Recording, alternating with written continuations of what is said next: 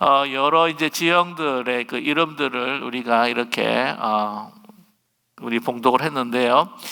여기에 이제 굉장히 생소한 지방의 이름들, 성읍의 이름들을 우리가 대했을 것입니다. 그래서 이제 그 이스라엘 그 이후의 그 이름들보다는 우리가 좀 익숙한 이름도 있겠지만, 그러나 익숙하지 않은 그 이름들은 이 가나안 족속들이 그대로 썼던 그러한 그 지방의 그 이름들, 그 성읍대 이름들이 그대로 있기 때문에 많이 생소하셨을 것입니다. 이제 오늘 이 말씀을 이제 보게 되면은 먼저 1절에서부터 우리 12절까지는 그 유다 자손들에게, 유다 지파들에게 어떤 그 땅을 주었는가, 그 경계를 이렇게 쭉 이렇게 설명을 해주고 있고요.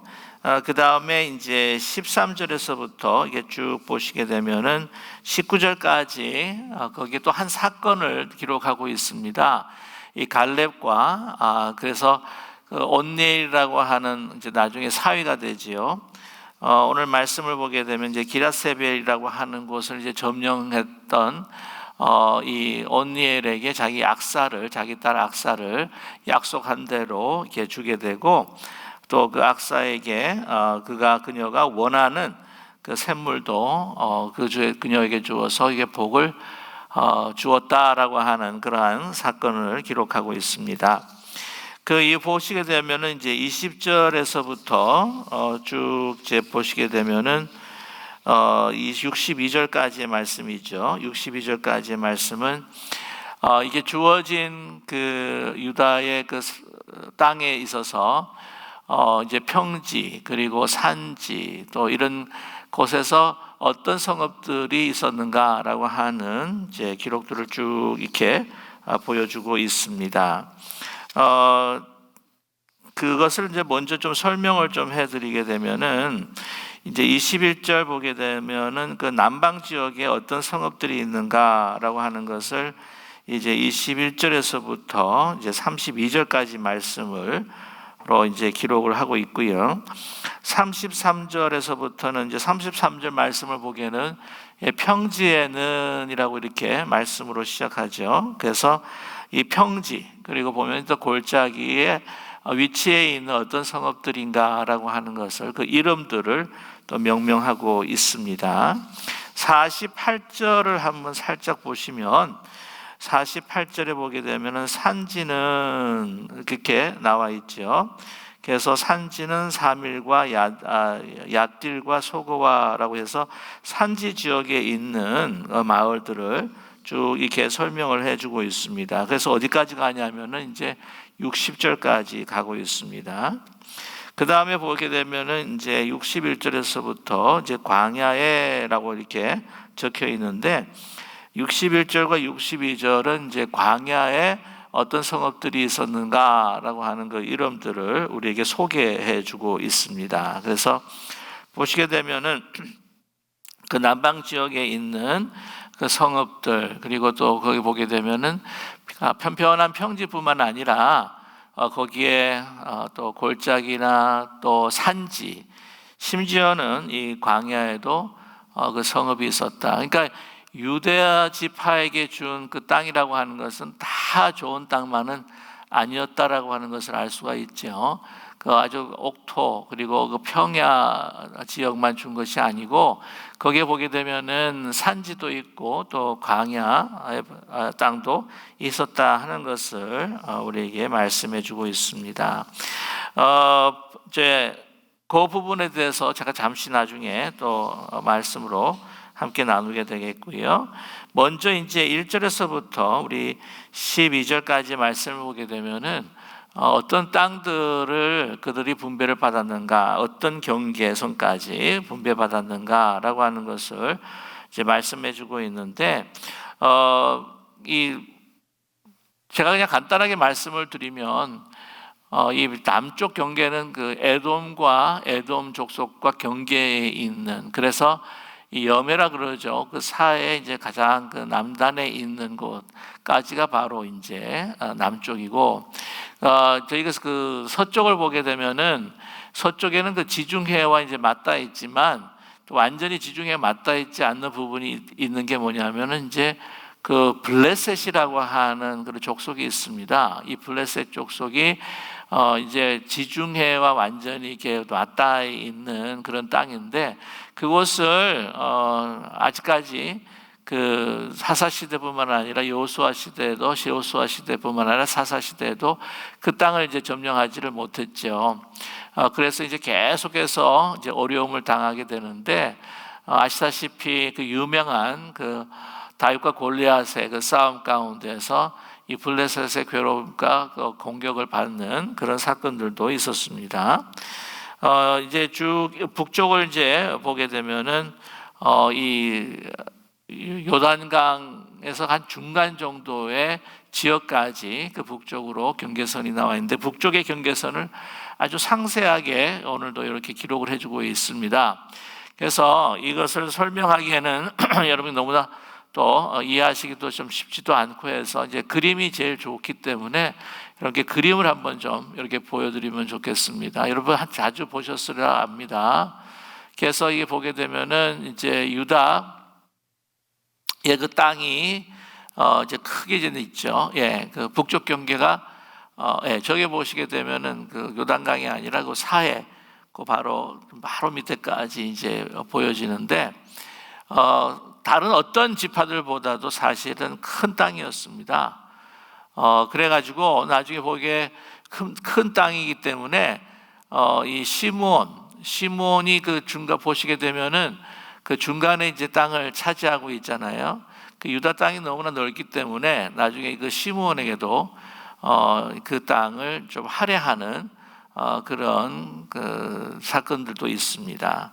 그래서 보게 되면 이제 유다가 그 제일 먼저 기록이 되어 있지 않습니까? 다른 어떤 12지파들보다도 제일 먼저 이렇게 기록이 되어 있고 또 가장 많은 땅을 차지하도록 이렇게 분할이 되어 있는데 그게 보게 되면은 이제 유다가 꼭 장자와 같은 사실 장자가 야곱의 장자가 결코 아닙니다. 장자는 여러분 아시다시피 이제 그 루벤이고요. 그 다음에 시므온과 레위, 그 다음에 이제 유다가 네 번째 아들입니다. 근데 네 번째 아들임에도 불구하고 그 차지한 그 땅의 그 면적이나 또한 그 지파의 중요성을 보았을 때에 그 유다 지파가 이제 장자와 같은 역할을 담당하고 있다고 하는 것이죠.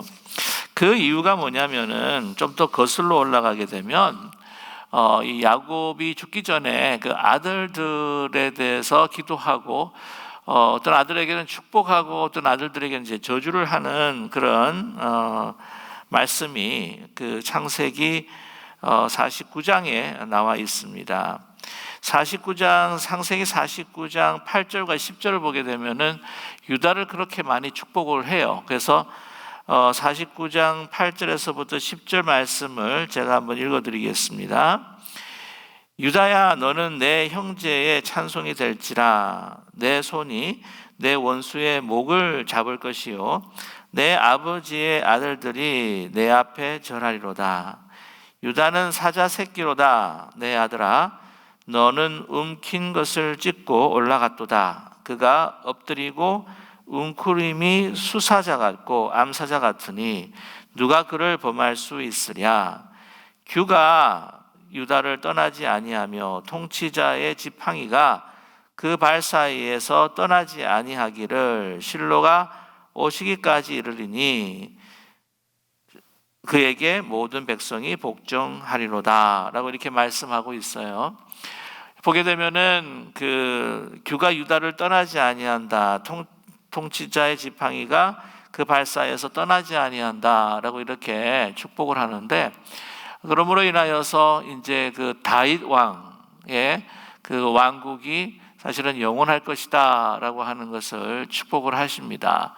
그래서 그뿐만이 아니라 이 다윗의 자손, 예수 그리스도의 그 족보를 보게 되면은 이 다윗의 자손으로 이렇게 마태복음에서 우리에게 말씀해주고 계시는데 오늘 이 그 축복이 사실은 예수 그리스도의 그 탄생까지 이어지는 축복이다라고 우리가 생각할 수 있는 것이죠. 또한 그것을 미리 예언하고 선포하신 말씀이기도 합니다. 그래서 보게 되면은 이 축복으로 인하여서 유다 지파가 매우 이렇게 장자와 같은 그런 역할을 그 모든 지파의 그 으뜸되는 그러한 지파로 활약하고 기능하고 있다라고 하는 것을 알 수가 있습니다.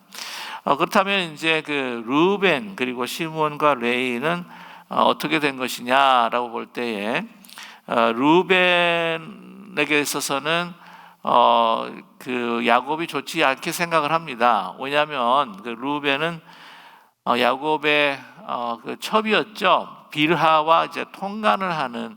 그래서 뭐라고 49장에서 그 야곱이 이야기를 하냐면은 내 아비의 침상을 더럽힌 자다라고 그렇게 이야기를 하죠. 그렇기 때문에 이 장자로서의 그 어떤 자격이 어떤 상실한 것 같은 그런 말씀을 해고하고 있습니다. 시몬과 레위 같은 경우에 보게 되면은 너희가 그 칼로 너무 피를 많이 흘렸다라고 그렇게 이야기를 해요. 그래서 이스라엘 족속 가운데 너희들은 다 흩어지게 될 것이다라고 이렇게 이 야곱이 그 축복하고 저주하는 가운데서 그렇게 선포를 하게 되는데 왜 그러냐면은 창세기 34장을 보게 되면은 누가 나타나냐면은 그 히위 족속 그 하몰의 아들 그 세겜이라고 하는 추장이 나옵니다. 그런데 그 야곱의 딸이 되는 그 디나에 이제 반해 가지고는 이제 범하게 되죠. 그래서 그것을 그 아들들이 이제 분노를 하게 됩니다. 그래 가지고는 너희들이 할례를 받게 되게 되면은 그 디나와 결혼을 허락하고 이제 축복해 주겠다라고 해 가지고는 그 세겜 추장과 아울러서 그 모든 족속들의 그 남자들이 다 할례를 받게 되죠. 그 사건을 여러분께서 기억하실 겁니다. 그러니까 이제 할례를 받았으니까 얼마나 아팠겠습니까? 누워 있으면서 전투력을 완전히 이제 거의 상실하는 가운데에서 쳐들어가게 되죠. 그래서 그 남자들을 다 죽입니다. 그것을 보면서 얼마나 통탄하는지 몰라요, 야곱이. 이렇게 정말 이 피를 흘린 그런 사건으로 인해서 너무나 슬퍼합니다. 그거를 주도했던 이들이 누구냐면은 바로 시므온과 레위죠. 그래서 이 창세기 49장에서 야곱은 그들에게 이스라엘 족속들 가운데서 이제 흩어질 것이다라고 이렇게 선언을 합니다. 그럴 때에 아시겠지만 이제 레위 지파 같은 경우에는 땅을 얻지 못하고 각 그 지파들에게서 주어진 그 성읍들에서 그 레위들은 또 살게 되지 않습니까? 또 레위는 또 제사장을 또 보필하는 또 지파이기 때문에 땅을 또 부여받지 못한 이유도 있고요. 또 시므온 같은 경우에도 나중에 보면은 그 큰 유다 땅에서 그 중간 지역들을 차지하게 되지만 나중에는 자꾸 이렇게 줄어들면서 이제 북쪽으로 다시 이주를 하게 됩니다. 그래서 그 에브라임 쪽으로 해서 이렇게 쭉 이주를 하게 되다가 그냥 슬그머니 이렇게 사라지게 되는 그 지파가 바로 시므온 지파였다고 하는 것이죠. 그래서 야곱이 기도한 대로 또한 축복하고 저주하고 선언한 대로 모든 일들이 이루어지게 됩니다. 유다가 그 장자의 역할을 하는 그 지파로서 가장 큰 땅을 또 얻게 되었다고 하는 것입니다. 자, 그 땅을 얻게 되었지만 여러분 보시면 그 땅들이 다 좋은 땅은 아니었다는 것이죠.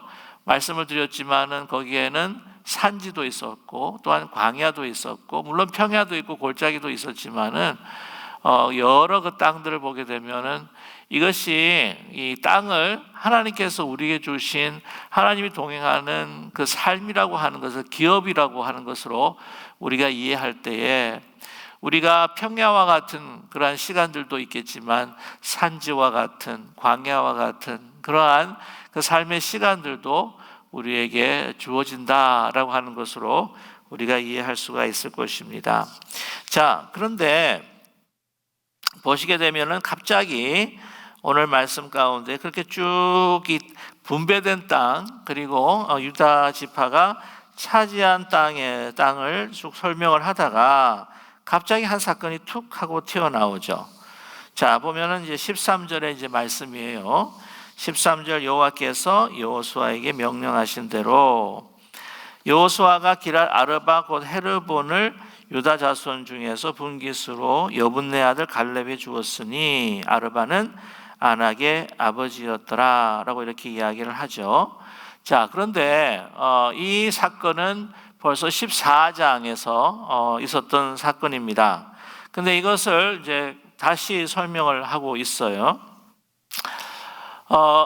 중요한 것이 뭐냐면은 여기서 그 땅을 분배받았을 때에 그 땅을 하나님께 축복 가운데 땅을 분배받았던 그 중요한 이유를 잊지 말아라 라고 하는 반복적인 말씀을 하고 계십니다. 그것이 뭐냐면 여호와께서 여호수아에게 명령하신 대로라고 이렇게 이야기를 하는 거죠.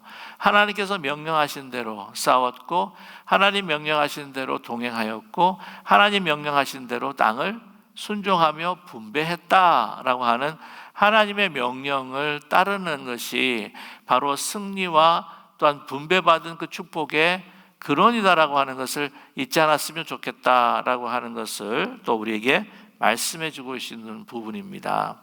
잊지 말라는 것이 있죠. 그것을 우리가 이러한 축복의 땅으로 우리가 복된 삶을 살아갈 때에 잃어버릴 수 있는 것이 뭐냐면 이 모든 것들의 근원은 바로 하나님께서 주어진 것이다. 내가 잘나서, 내가 똑똑해서, 내가 현명해서, 내가 열심히 했기 때문에 내가 얻을 만한 것이다. 내가 축복받은 땅이다. 내가 나 자신 이것이 획득한 땅이다 라고 우리는 오인하고 착각할 때가 많다고 하는 것이죠. 하나님께서 허락하지 아니하시면 정말 하나님께서 집을 지키지 아니하시면 파수꾼의 경성함이 정말 허사라고 하는 것을 우리에게 강조해 주고 있는 말씀입니다.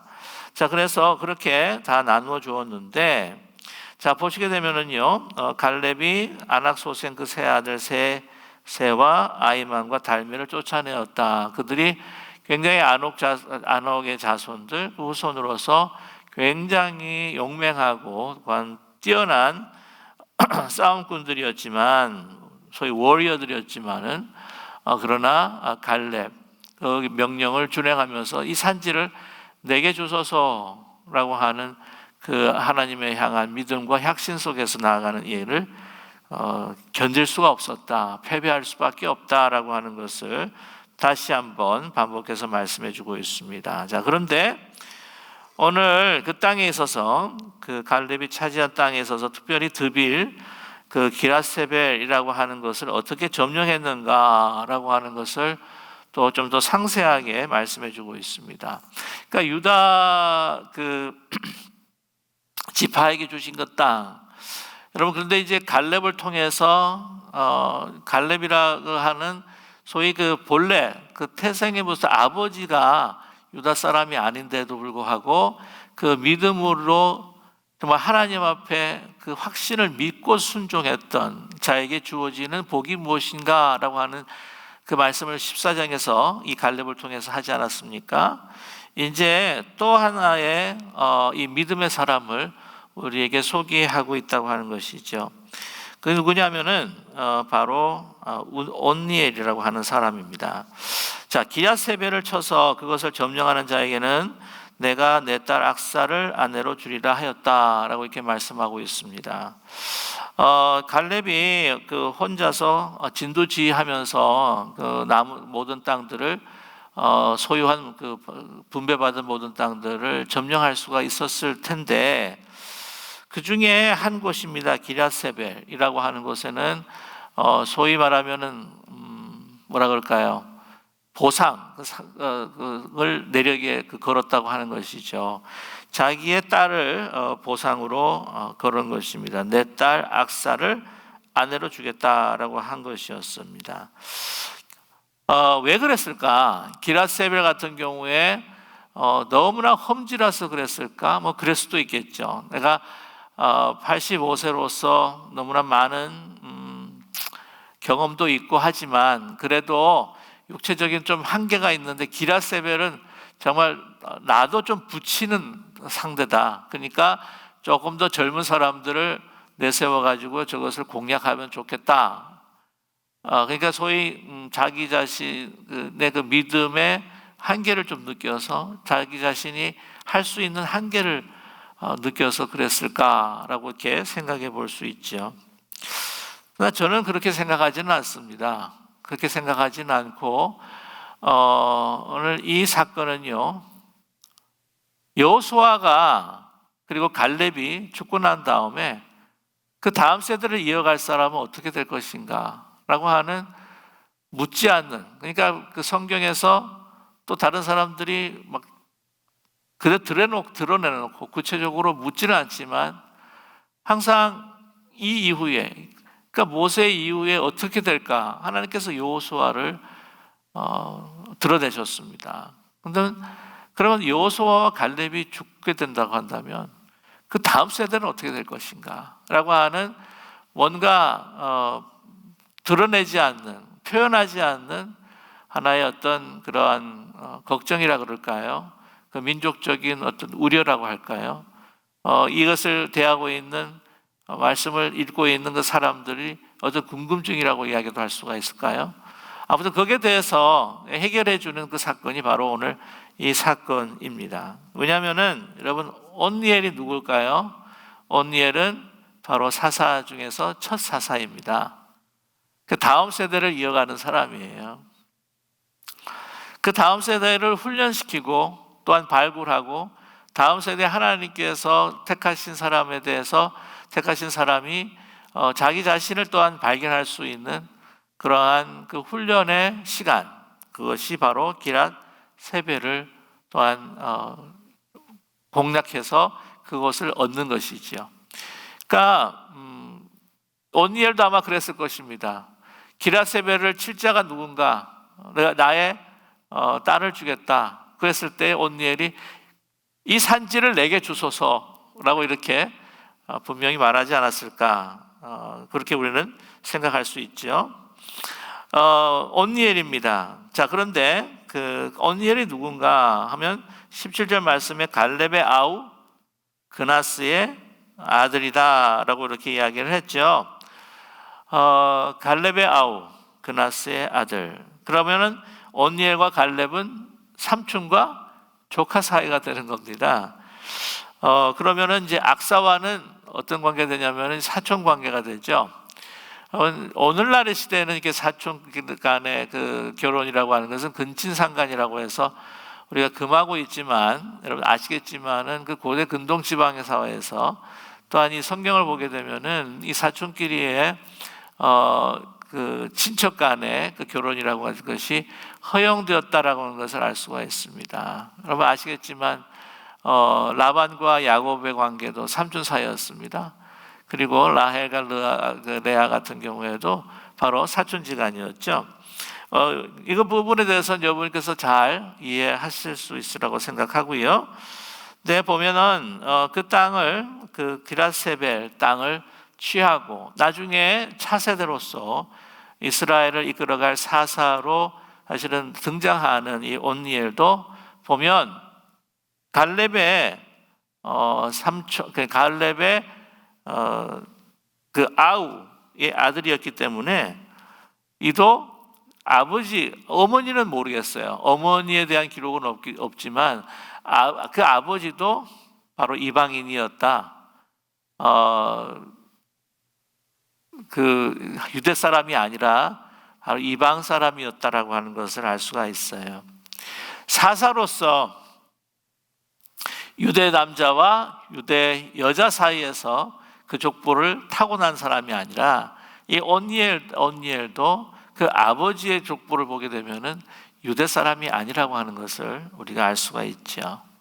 그래서 이 성경이라고 하는 것은 이 믿음과 하나님이 주시는 그 땅과 기업이라고 하는 것은 혈통으로 이어지고 있지 않다. 바로 믿음이다 라고 하는 것을 우리에게 다시 한번 설명해 주고 있습니다.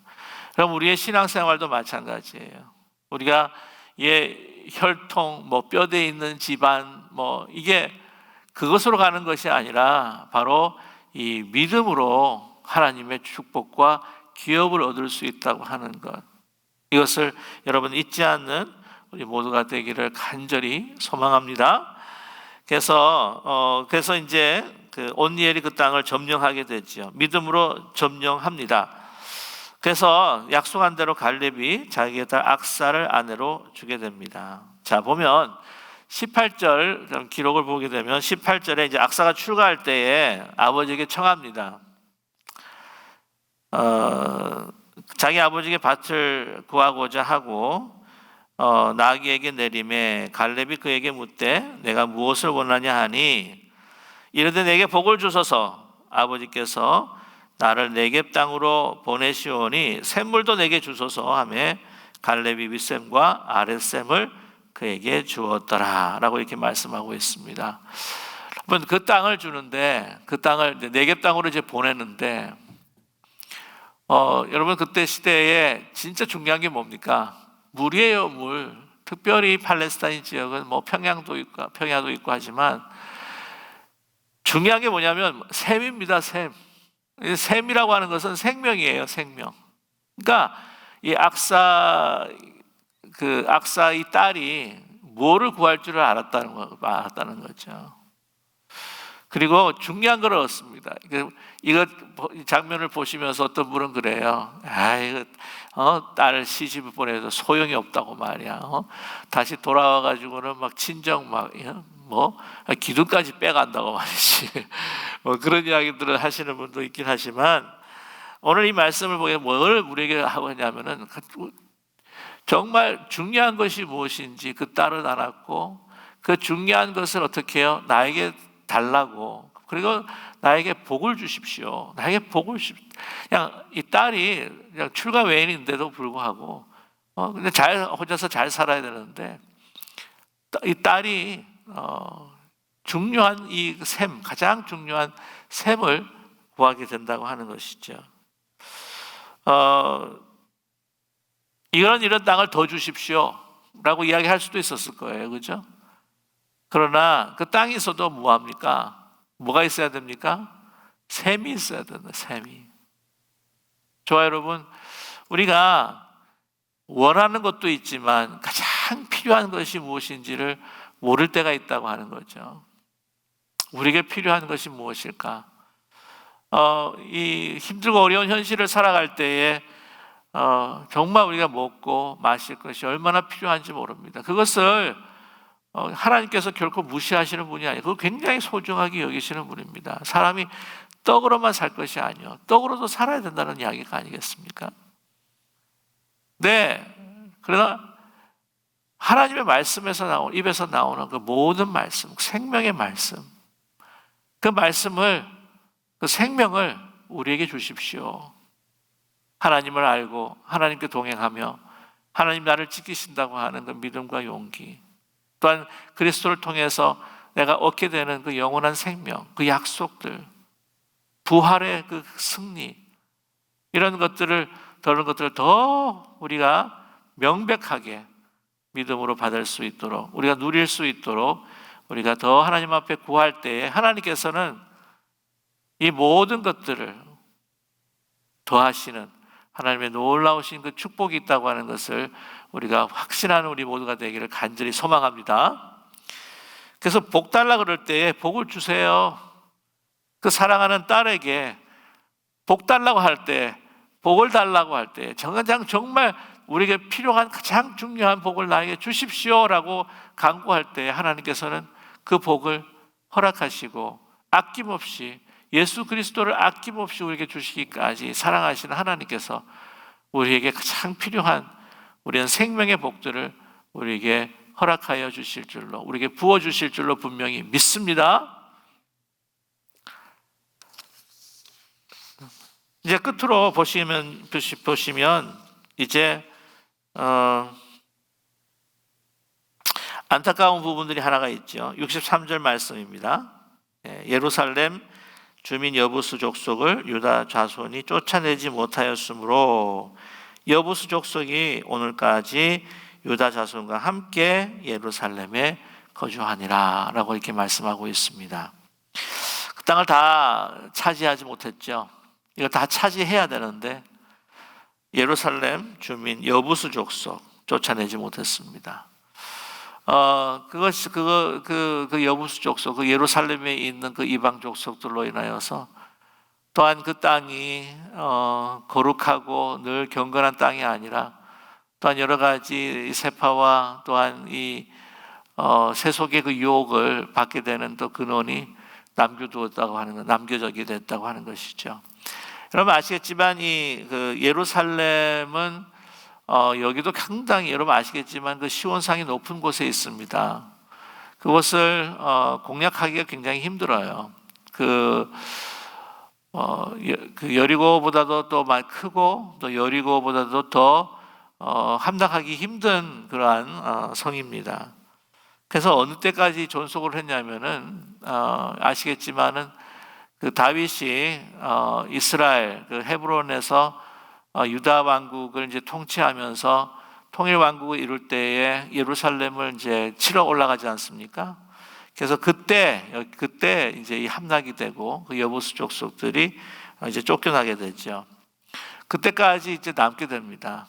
이걸 하나님의 말씀과 명령대로라면 여기를 치야 되거든요. 여기를 이 산지를 함락을 시켜야 됩니다. 이 예루살렘을 함락을 시켜야 됩니다. 근데 그냥 만족한 거죠. 그게 너무 힘들고 공략하기가 어려운데 그래서 많은 희생들을 또 예상하면은 우리 뭐 지금 분배받은 땅 가지고도 충분하지 않냐. 만족한 것이죠. 그 믿음의 만족을 이라고 하는 것이 얼마나 우리로 하여금 타성에 적게 하는지 모릅니다. 나 믿음 생활하지 요 정도만 하면 됐지 뭐 더 이상 뭐 할 필요가 있을까? 라고 할 때에 우리는 이 신앙의 방만함, 나태함에 빠질 수 있게 되고요. 하나님의 말씀을 순종할 때에 사실 참 우리가 부끄러운 모습들이 너무나 많지만 우리에게 가지고 있는 그 하나의 그 거룩한 부담감이라고 한다면 하나님의 말씀을 100% 순종해야지. 하나님의 말씀을 정말 끝까지 내가 순종해야지 라고 하는 결단들이 우리 가운데 계속 있어야 한다고 하는 것이죠. 그래서 볼 때에 우리는 참 부족함을 많이 느끼게 됩니다. 그럴 때에 우리는 너무나 신앙에 많은 도전을 느끼게 된다는 것이죠. 저와 여러분, 하나님께서 거룩하신 것처럼 우리가 하나님처럼 거룩해지기를 예수 그리스도의 온전한 그 장성한 분량에 이르기까지를 요청하시고 또한 바라고 계시는 하나님의 뜻이 있다고 하는 것을 여러분 기억하는 우리 모두가 되기를 간절히 원합니다. 우리가 너무나 쉽게 만족할 때가 많아요. 이 정도면 됐지. 그게 아니라는 것이죠. 특별히 이 믿음의 문제에 있어서는, 하나님의 순종의 문제에 있어서는 그 순종하지 못한 부분들을 남기지 않고 끝까지 우리가 지금 당장에 이루지를 못한다 할지라도 그냥 끊임없이 그 목표를 향해서 계속해서 우리가 하나님 앞에 그 능력을 구하면서 나가야 하는 그 신앙생활 하나하나 정말 우리가 못다 했던 우리 안에 있는 견고한 이 내성이 강한 이 진들을 하나하나 하나하나 파괴해가면서 성령의 힘으로 또한 우리 이 세파를 막아내면서 이 세상을 변화시키는 여호수아 갈렙과 같은 믿음을 하나님께서 우리에게 요청하시고 그 믿음을 복주시옵소서라고 하는 악사의 요구처럼 악사의 기도처럼 그러한 믿음을 우리에게 주시옵소서라고 간구할 때에 하나님께서 우리에게 그 믿음을 그 복을 허락해 주실 줄로 우리에게 주실 줄로 우리는 믿습니다. 그 믿음으로 오늘 하루도 또 승리하면서 주님 바라보면서 간구하고 또한 나아갈 수 있는 우리 모두가 되시기를 주님의 이름으로 여러분을 축복합니다.